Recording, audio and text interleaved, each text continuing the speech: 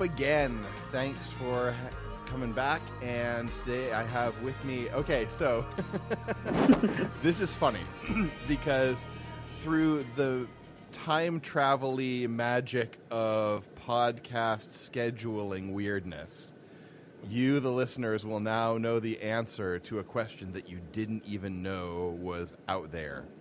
And and today I have with me Marilette Sanchez, who is appearing on the podcast for the first time as these episodes are released, but with whom I have already had an extensive discussion about The Handmaid's Tale. And that episode will come out after we're done with our MCU rewatch, just in time for the second season of that show to have already been out for a few weeks. So probably what we'll do is put that first episode out, and then we'll you and I, Marilette, will have another conversation about season 2, and then we'll put that one out right after that. Sounds good. So we'll leave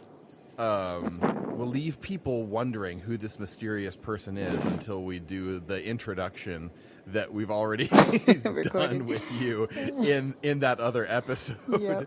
So suffice it to say that she's really cool, and she has a lot of stuff to say about the topics we're going to be discussing today. So let's just go ahead and get right into it. As of this recording, this has been kind of an interesting news week for movies because the first trailer for a film called Red Sparrow came out this week. So basically, this has caused a little bit of an uproar because it looks like the premise of this film, Red Sparrow, could very, very easily be a Black Widow origin story. And so after that came out, now a couple of days later, magically, all of a sudden we get an announcement that there is a scriptwriter for a Black Widow movie script. And this is something that people have only been asking for 7 years. And so how cynical do we want to be here, Marilette? Should we think that this is in direct response to the Red Sparrow trailer coming out, or do we think that there actually was a plan to make this happen, and it just happened to be announced, just a couple days after this stuff started coming out? I mean, I'm sure people will disagree, but I really don't care what the reason was. I'm thankful that it's happening. So, I think deep down, I pretty much, you can tell that it's probably a response. The power of the mob, of the internet mob, but I'm so grateful for that it's going to happen. Honestly, you think about it too, Marvel has to keep up with DC now because of Wonder Woman. So that's also part of it. Like, they can't stay behind in that aspect of having zero, maybe wasn't there one other Marvel woman? So, yeah, it could be multiple things. So, I'm not going to complain. Right, yeah. Later this year, we'll have the Captain Marvel film, and that is a female-led movie. Now, are you at all familiar with the other? I don't even know how you're supposed to pronounce her name. It's spelled Jac. I assume that's short for Jacqueline, and that we just call her Jack. Maybe. I'm honestly not sure what you're referring to. Well, Jacqueline Schaefer is the writer that they hired to write the script for Black Widow. Gotcha. And the only other screen credit that she has currently is a movie called Timer, and apparently it's about it's sort of a quasi sci-fi romantic comedy where everybody has this timer that counts down to the moment when they meet their like soulmate. Mm-hmm. So I don't know if you are familiar with that movie at all or not. No, I haven't heard that. Do you remember the release date? I just When was that? It's from several years ago. I don't have it in front of me right now, but I want to say it's something like 2013 or 2012, something like that. Yep, I'm not familiar, unfortunately. Yeah. Are you familiar with the film Dirty Rotten Scoundrels from quite a few years ago with Steve Martin and Michael Caine?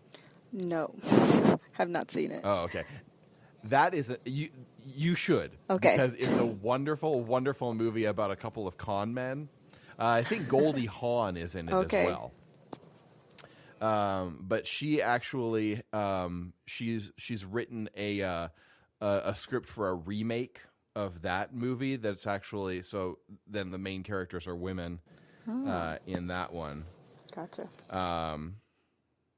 So anyway, so it's all sort of there's not a lot of details yet, and again, we kind of feel like maybe this was just a very like quick, we got to get something out there. People are making our movies before we get a chance to, and yeah, so Yep. I'm totally fine with it.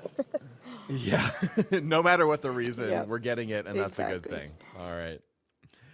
Okay, well, I would like to stop talking for a minute and let you sort of take the lead on this next part of what we're going to discuss.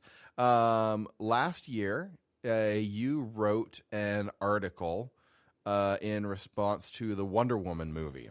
I did. And so tell us a little bit about the article and the response that you got to the article, and we'll just kind of chat about that for a little while here. Yeah, I mean, so I can't believe you said last year, like it totally did not feel like last year. It's January now.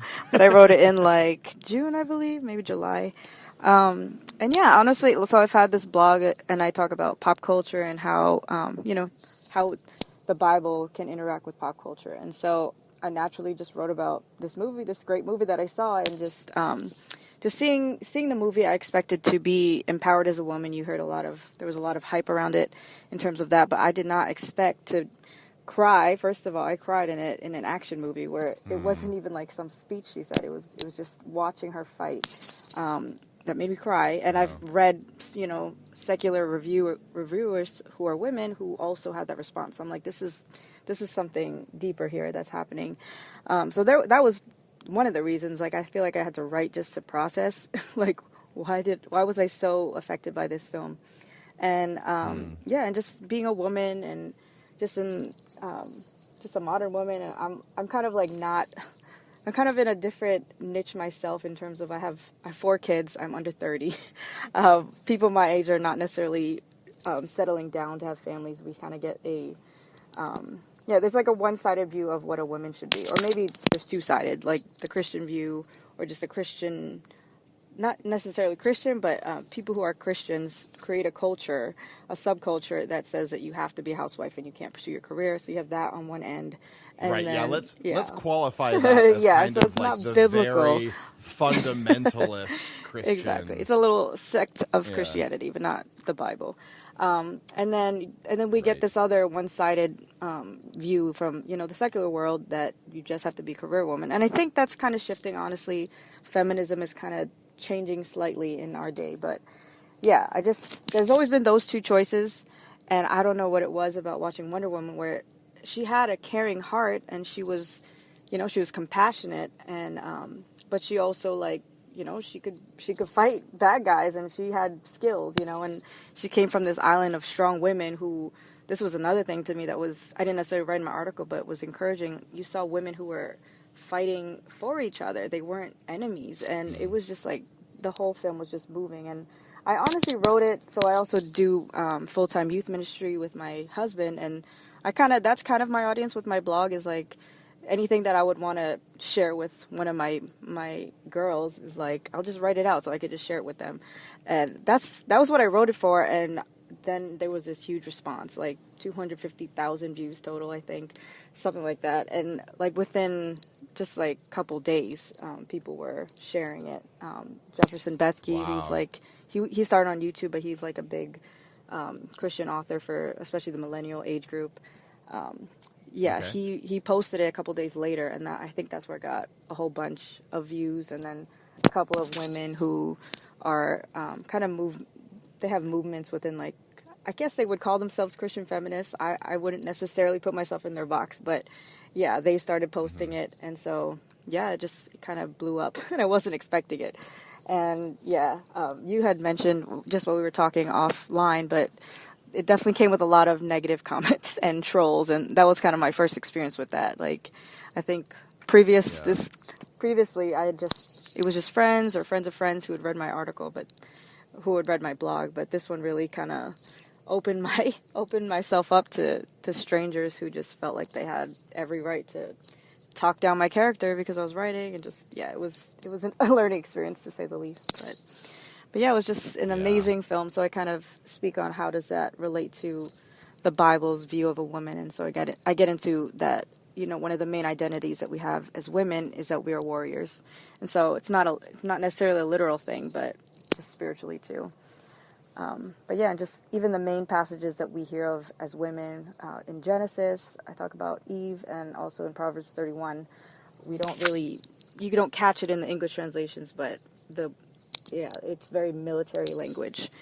Go ahead and go into a little bit of detail on that. Tease out that military language for us just a bit here. Yeah, I mean, I wish I had it right in front of me, but definitely the term that I focus on is the word Ezer, Ezer, and it's a Hebrew word, and it's the first God uses that to describe Eve, but then throughout the Old Testament, you hear like God uses that to describe Himself when He's helping Israel when in their time of need and battle, and so like basically. Almost every other time besides the Eve reference, God uses that to describe Himself, and it's definitely a military help in a desperate time of need. And so that's kind of what I focus on. The narrative we hear as women a lot, and even from the pulpit, is that we're just sidekicks, we're helpmates, our husband has a dream and we kind of help him in that dream. And I'm married, obviously, like, I see the benefit of that. I am my husband's biggest cheerleader, but I think there's a little bit more to our identity than just tagging along a male's, dream. I think God has something big for us women too. So my first point was that, God, I'm paraphrasing now, which is funny, but yeah, like we're not meant to just be sidekicks, but we actually have our own strength as women. So yeah, I just kind of shed light on things that we usually don't get from the pulpit. Yeah, it's a really powerful article. We're going to have a link to it in the show notes, and I definitely recommend that people go and check that out and think through those things for yourself as well. And I can't wholeheartedly recommend that you continue past the article itself and go down into the comments unless you really feel like you're having too good of a day and like you need something. If you need something to just like feel like you want to bang your head against your desk for a couple of minutes, then go ahead and by all means read the comments, because there are some shockingly ignorant things that happen there. And when I was looking at them, I was just shaking my head and thinking, oh man, it's so sad when people are stupid. And then they paste it all over the internet for the world to see too. Yeah. I mean, at least keep that to yourself. It's right. Yeah. The famous proverb that was made famous by Abraham Lincoln is that even a fool is thought wise if he keeps his mouth shut, basically. And the internet, I think, at large could use a little bit more of that wisdom. Oh yeah. The other thing that sort of is news here a little bit ago, and I'm sort of bringing up all of the stuff that has to do with women, since I have this rare occasion that I actually get to talk to a woman about these issues. There's a writer at Marvel who went out with her friends for a milkshake and posted a picture of that